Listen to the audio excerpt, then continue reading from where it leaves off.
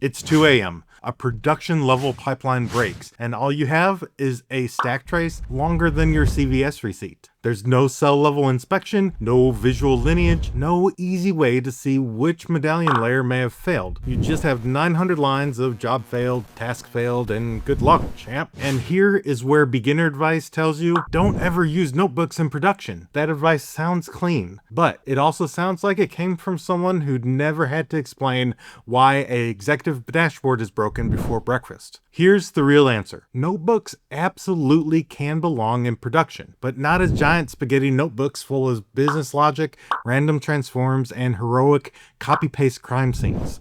In enterprise Databricks, the notebook should be in the cockpit, but it's not the engine. The cockpit gives you that visibility. The engine, it's doing the hardy work. That is the architecture that we're going to talk about today. Thin notebooks for orchestration, Python modules or metadata-driven rules for testable business logic, control tables in Unity Catalog, deployment through dabs, and that is the difference between I built a notebook and I built a data platform. I've seen this debate get turned into a fake religious war. One side says notebooks are just toys, the other side shoves 3,000 lines of business logic into one notebook and calls it production because it ran twice. Both ends are completely wrong. The enterprise answer is what belongs in the notebook, what belongs in code, and what belongs in metadata. And then how do you deploy it all with consistency? That is the grown-up conversation we're having today. And yes, I know grown-up conversation is usually code for boring meeting with bad coffee, but this is the one that actually matters, because the wrong architecture will make your pipelines harder to test, harder to monitor, harder to change, and harder to explain when the business asks why revenue disappeared from the dashboard. So let's start with the advice that gets repeated everywhere. Never use notebooks in production. It sounds senior. It sounds disciplined. It sounds perfect world. But then you end up with a 400-line Python script with print statements versus real observability. That problem is not in the notebook. The problem is using the notebook as a junk drawer. Bad production notebooks usually look like this. It reads from bronze, it transforms into silver, creates gold, defines schema rules, hard codes table names, hard codes business logic, and handles exceptions. Then it writes some audit logs, sends notifications, and probably makes coffee and files and looks like the sophisticated mousetraps of the 1980s. That's not architecture. That's a hostage situation with markdown cells. But throwing away those notebooks entirely is not the right answer, because Databricks notebooks are useful for production orchestration when they're kept thin. They give you visual execution, they help with debugging, and they're easy to inspect and maintain. They work naturally with Databricks jobs and can be deployed with dabs. They can parameterize pipeline execution in ways that you wouldn't do in a full Python script. Then they can show you exactly where that failure happened in the whole flow. That is value. But only if the notebook's not carrying the entire company on its back like an underpaid intern. Here's the analogy. A notebook should be the cockpit. The Python scripts, package code, and metadata rules are the engine. The control tables are the flight plan. The Unity catalog is your air traffic control, and your dabs are how you make sure that same aircraft is deployed safely to dev, test, and production. If your cockpit is trying to be the engine, then that's where you run into problems. If your engine has no cockpit, you equally have an issue. That is what the scripts-only crowd misses. They're solving one problem and creating another. Pure scripts are easier to unit test. They fit standard software engineering habits. And yes, they are cleaner and reusable for some of the business logic. But when you're operating medallion pipelines across dozens, hundreds, even thousands of tables, you need visibility. You need operators, engineers, and sometimes analysts to understand what ran, why it failed, and where the data stopped moving. A pure script-first approach can become a black box. Notebook-only approaches become sometimes junk drawers. And that hybrid approach, that gives you the structure, flexibility, and visibility that you need to win as a data engineer. Here's where we get down to brass tacks. Imagine you're managing schema drift and transformation rules across hundreds of source tables. You don't want 200 different notebooks. You don't want 200 different Python scripts with slightly different versions of the same logic. That's how teams accidentally build a museum of bad decisions and a whole junk drawer that we were talking about a minute ago. The better pattern is metadata-driven. So you're creating control tables, you create mapping tables, you store source to target rules, you store expectations, you store your load type, you store all your primary keys, the watermark columns, your active flags, your target layer, and then that notebook doesn't have to know every detail. The notebook is just parameterized and asks, what am I supposed to do with this? And then the metadata comes back with an answer. That is when the Python engine executes the pattern. That is where we get the real power from this hybrid approach, because now onboarding a new table isn't a full SDLC. It's a governed metadata entry, a mapping update, and controlled deployment. That is how you stop building pipelines like every table is a precious handmade snowflake. Most pipelines are not that special. They're patterns, wearing different hats, and switching out different parameters. Now here's the obvious pushback. What about unit testing? That is the right objection, and that is why the notebook should stay thin. But you don't want business rules buried in notebook cells, right? You want that notebook to call a tested Python function or tested rules engines. The notebook should handle orchestration concerns like your parameters, your environments, your control table entries. It should be able to call the processing engine, log the run, surface the result, and that's it. The business logic should live somewhere else that's testable. So for example, a Python package with transformation functions, a utility module for all your ingestion patterns, a rules engine that keeps mapping metadata in table and Unity catalog, and then shared validation functions, reusable audit logging functions, reusable exception handling. Now all your tests target the code that really matters. You test your schema validation, you test transformations, SCD logic, merge behavior, your null handling, you test deduplication, you test your watermark logic. And then the notebook is not where the heavy logic ends up living. Your notebook is where your production execution really becomes visible. That is the distinction. Here is what practical architecture looks like. You have 4 pieces. Piece 1 are your control tables. The control table tells the platform what to process. Think of it as the pipeline command center. It might include things like your source system, tables, catalog, your target schema and your target table, what medallion layer things are loading into, your load type, so think SCD, full refresh, snapshot, those types of things. Your watermark column, your primary keys, your active flags, your processing order, your notebook or task group. Then you have your data quality rule groups. These are the things that matter because hard coding all of this in notebooks is how you end up with this pipeline archaeology. And 6 months later, nobody really knows why one table loads differently than the other. And the answer is usually because Dave changed it last Thursday, and Dave isn't your strategy. Don't build your platform around Dave.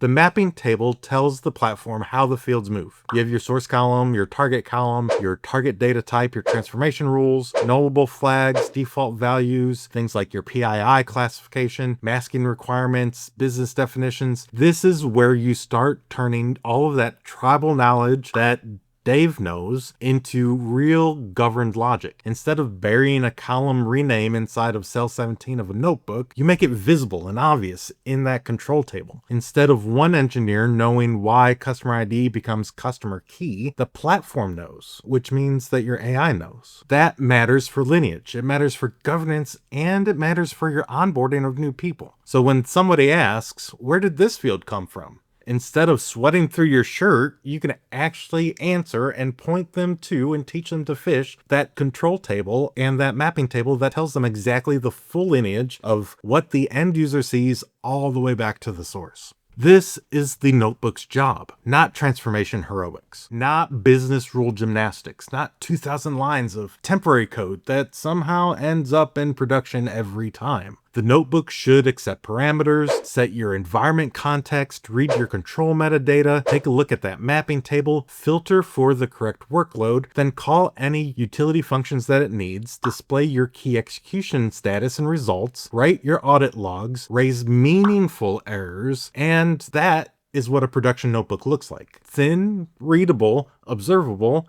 and disposable if needed. The notebook is not the source of truth. It is the execution service. This is where reusable logic belongs. Your Python modules can handle things like reading source data, applying schema rules, applying transformations, running data quality checks, handling dedupe, performing merges, writing delta tables, logging your metrics, handling errors. Code is testable. The code's reusable. The code can be packaged. It can be versioned, can be deployed with your bundle. Now the argument changes. You're not defending notebooks, you're defending separation of concerns. And that is a much better position. Now, let's talk deployment. What does that look like? Because architecture without deployment is just this whiteboard with ambition. You have DABs, which lets you define jobs, tasks, notebooks, your Python files, parameters, environments, and deployment targets all in a very structured way in a YAML file. This is the missing piece that a lot of notebook debates miss. People hear notebook and imagine someone clicking run all like they're operating in 2009. But that's not how it is. That's not what I'm talking about. I'm talking about notebooks deployed as assets, jobs defined as code, environment-specific configurations, your dev, your test, and your production targets, all version controlled in notebooks, version controlled in Python modules, and repeatable promotion. It's a very different world than it was. A notebook deployed through DABs as a thin orchestrator isn't the same thing as random notebooks sitting in a workspace called final new copy 3 with a date on it. One is architecture. The other is a cry for help. Let's walk through the demo pattern at a high level. First, create your control table. This table defines your pipeline workload. So for example, bronze customers from Salesforce, silver customer standardization, your gold customer profile. Each row defines what runs, where it lands, and what rules apply. Your second, create the mapping table. This defines your source to target field movement. Maybe account ID becomes customer ID. Maybe created date becomes created at. Maybe email gets classified as PII and masked downstream. Then you create your Python utility engine. This engine reads that metadata and executes the right pattern. For bronze, maybe it handles ingestion and schema evolution. For silver, probably standardization, deduplication, and data quality checks. While gold, you're handling business ready aggregation and probably some dimensional modeling. Then we create that thin notebook layer. The notebook receives your parameters like the environment, your source system, your layer, your table group, your run date. Then it reads the control metadata and calls the engine, your control table, and your actual Python files. And then you're going to deploy all of that with DABs. You're going to define the job, define the tasks, define your cluster or your serverless settings. You're going to define your parameters, your environment targets. You're going to deploy to dev, test, and then you're going to promote to production after everything's done. Now you have a production pattern, not just this production file. That's the difference. Scripts-only architecture can work. Let's be completely honest about that. For certain teams, especially software-heavy teams, it probably works very well. But in Databricks, especially for data engineering teams running medallion architecture, scripts only ends up creating a lot of friction and maintainability issues. You lose some of that visual flow. You make debugging harder for these mixed-skill teams that are out there. You end up hiding your operational context inside of logs that, again, are as long as that CVS receipt. You make it harder for junior engineers or analytics engineers to really be able to inspect the behavior that's going on. You end up turning your production issue into a code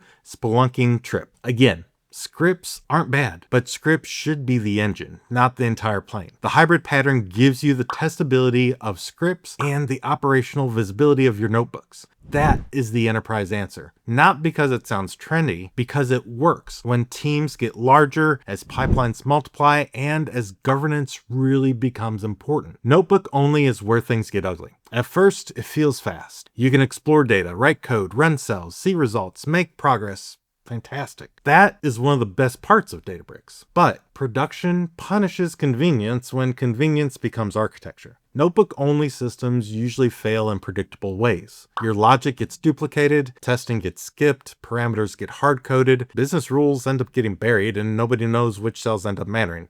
Then you have one notebook that becomes 5, and 5 becomes 50. Eventually your platform looks like somebody spilled spaghetti into the workspace and called it agile. The fix is not to ban notebooks though. The fix is to reduce what notebooks are allowed to own. Again, separation of ownership. They can own orchestration. They can own visibility. They can own execution flow. They shouldn't include the core business logic. Here is the rule that I use. If the logic needs a unit test, it probably does not belong directly in the notebook. If the logic needs reuse, it definitely belongs directly in the notebook. If the logic needs governance, it may belong in the metadata. And if the step needs visibility, orchestration, and operational clarity, the notebook is probably the right surface. That is the decision framework, not notebooks bad, scripts good. That is a bumper sticker for architecture, and bumper stickers don't survive production environments. I put together a one-page architecture reference for this pattern, the Production Databricks Hybrid Architecture Map. It breaks down what belongs in notebooks, what belongs in Python modules, and what belongs in your metadata. And then explains that DABS concept that we're talking about. And after you get through that, it talks about how to think about control tables, mapping tables, and your medallion orchestration without turning your platform into that junk drawer that we were talking about. This is exactly the kind of architecture conversation that separates I know Databricks from I can design a production data platform. And if you're preparing for a senior engineering interview, here are 3 questions that you should be ready for. 1, how would you design a metadata-driven Databricks pipeline that can onboard new source tables without ever touching a notebook for each table? Question 2, where would you place business transformation logic in a Databricks medallion architecture and why? And question 3, how would you